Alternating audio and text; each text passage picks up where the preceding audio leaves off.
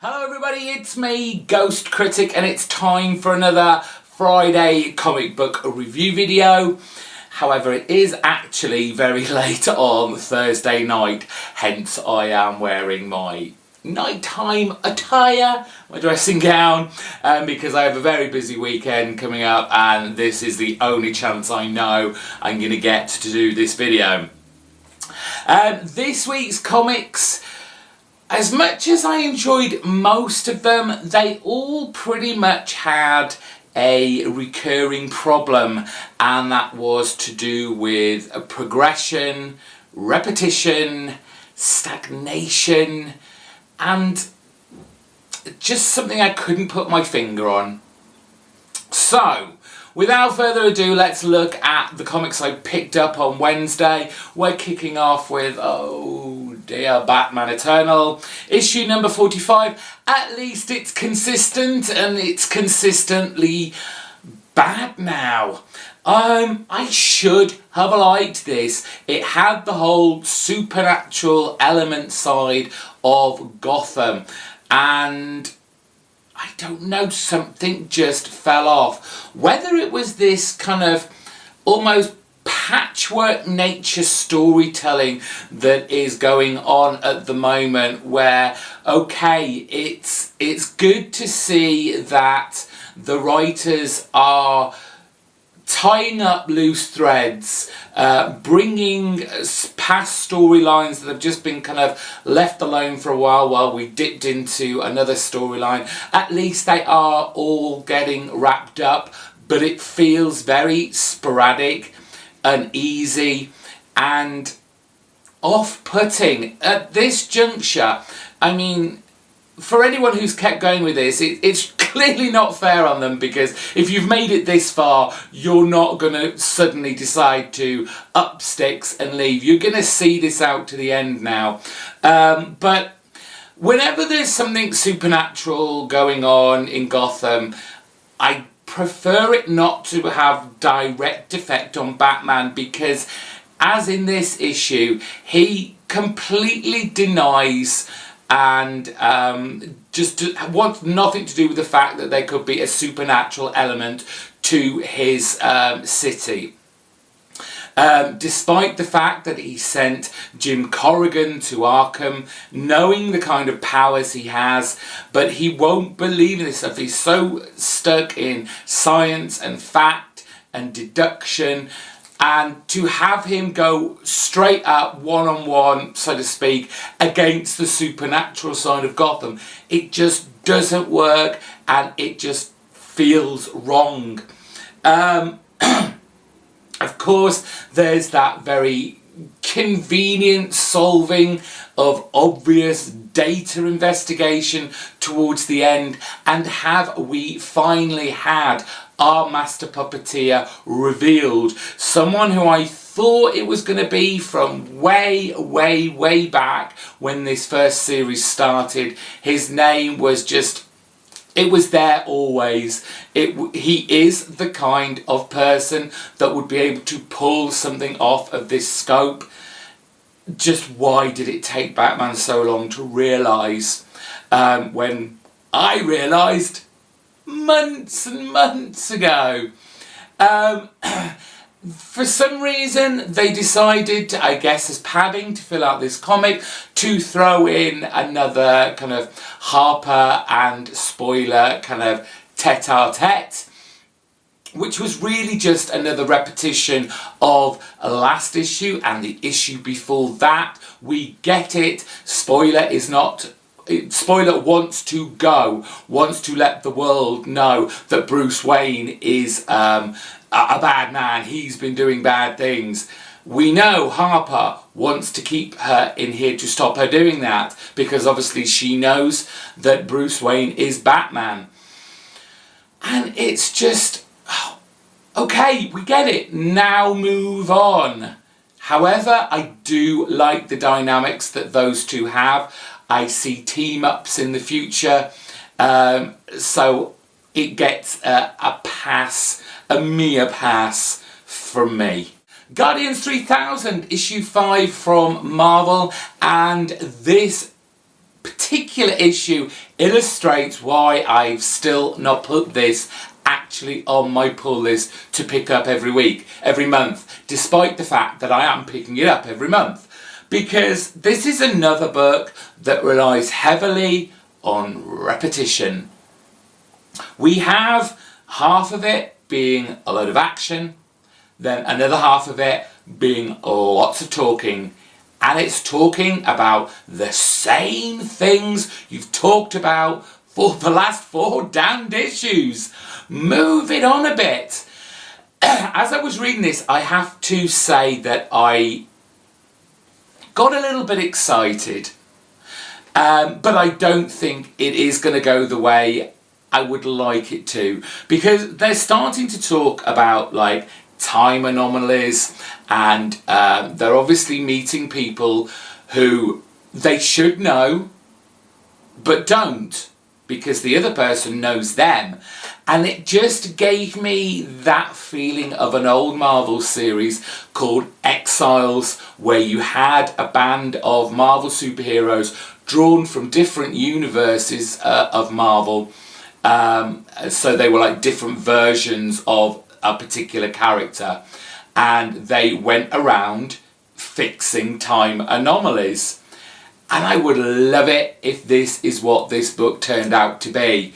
I could get on board with that. I would then put that on my pull list. However, given this whole, and I do wonder if it is sinking in and being used for Marvel's big event this year, where we have Battle World, all the different kind of Marvel universes all coming into one planet, that they may use this as a lead into it instead.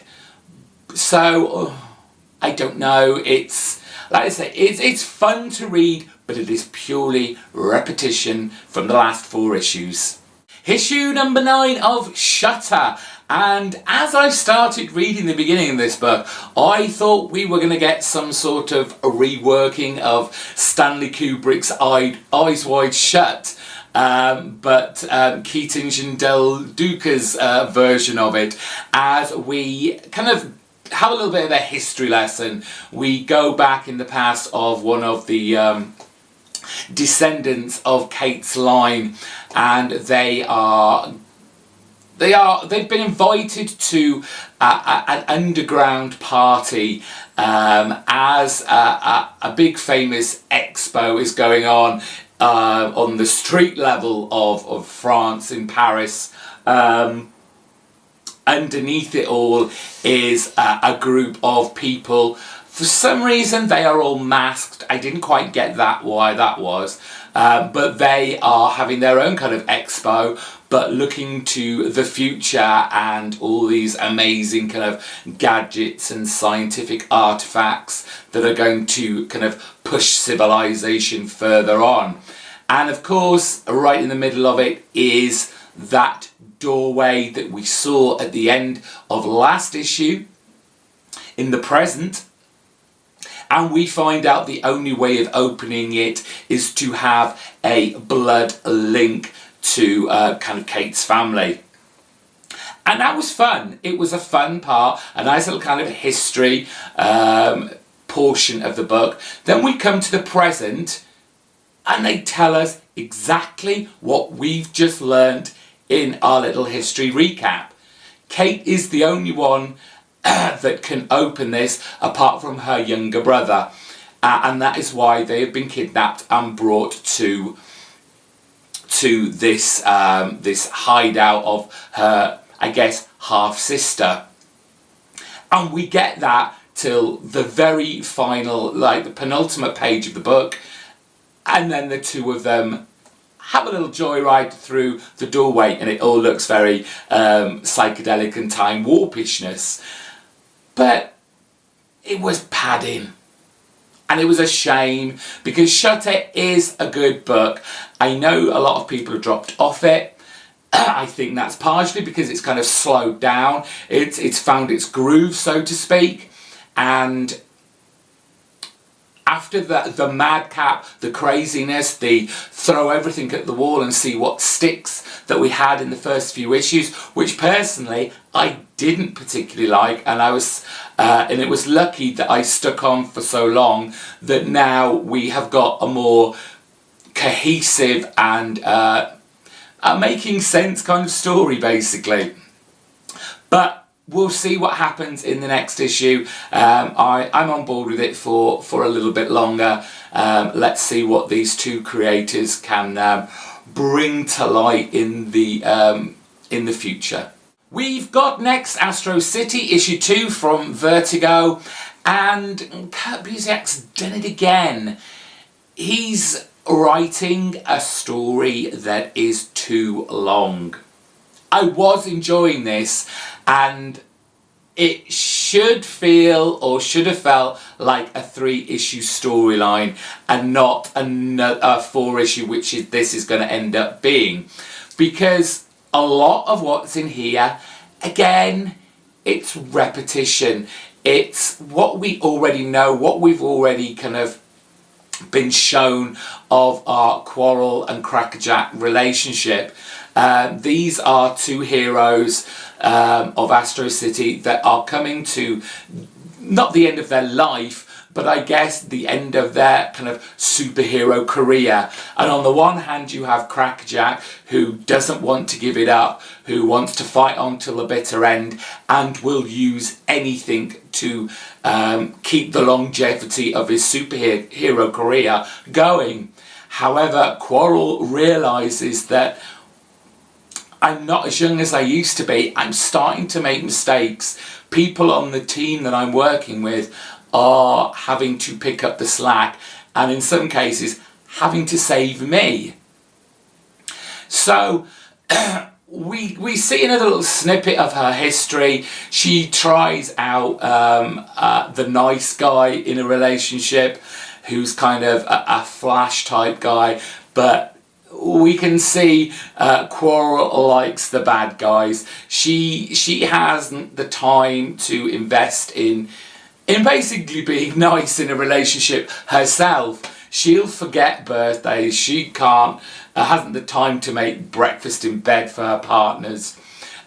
Because she hasn't been imbued with like superpowers, that she isn't this godlike character. She is just, or was, a young woman who has to train, who has to have all these kind of superhero gadgetry to keep up with everyone else and become the superhero that she is.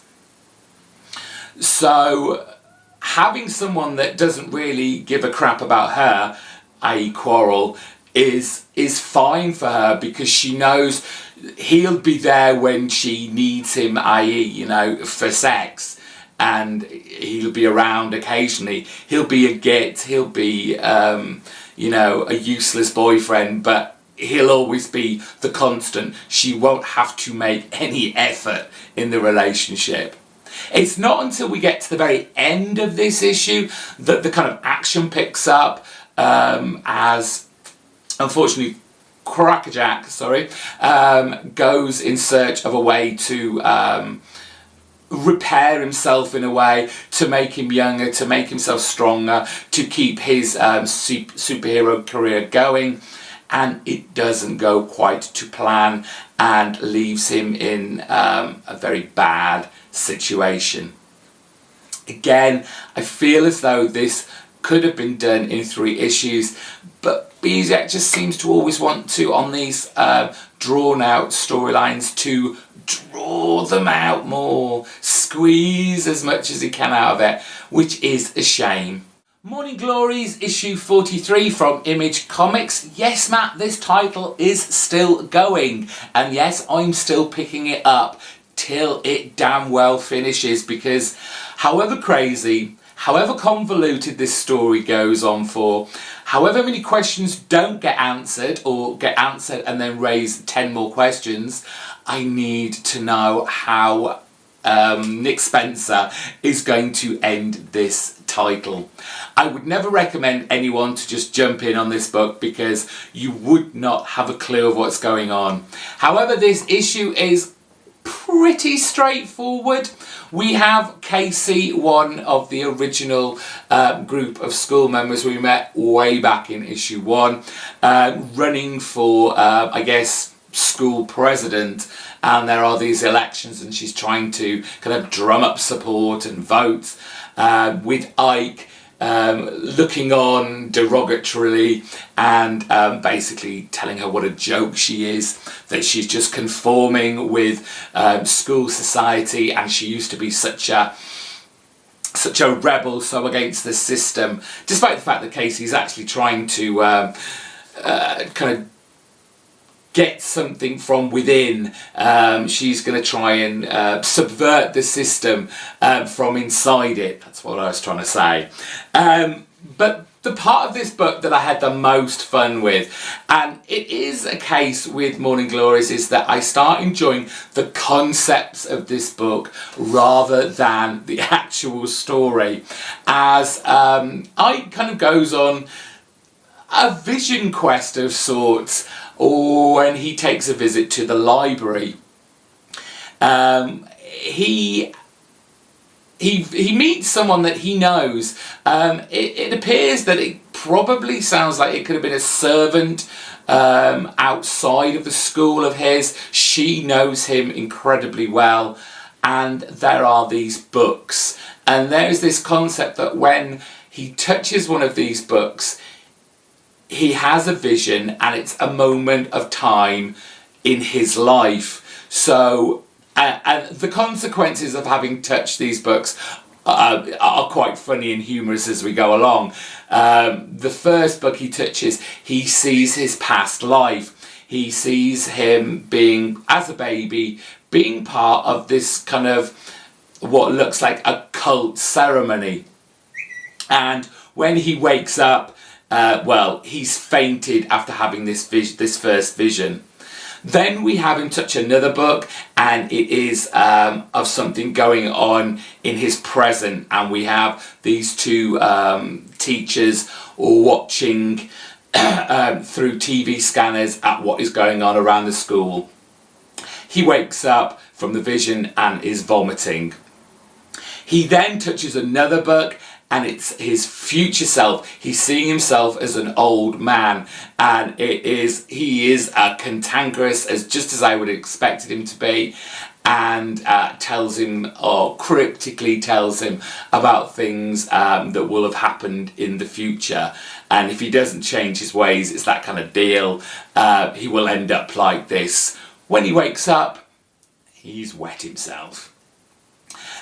So I kind of turns the table on Casey, so to speak, and decides to now help her out, and he enlists more of that original group of school children from the very beginning of this book.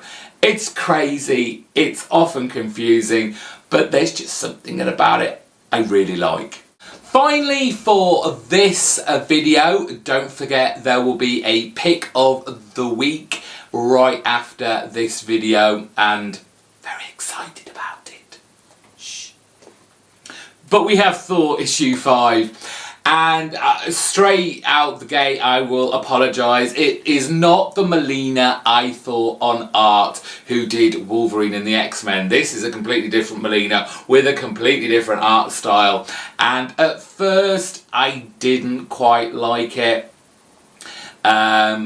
Maybe I just got spoiled by Doterman's artwork from the past 4 issues, but a lot of the characters look very different from what they were portrayed as in the last 4 issues, which kind of put me off a little bit.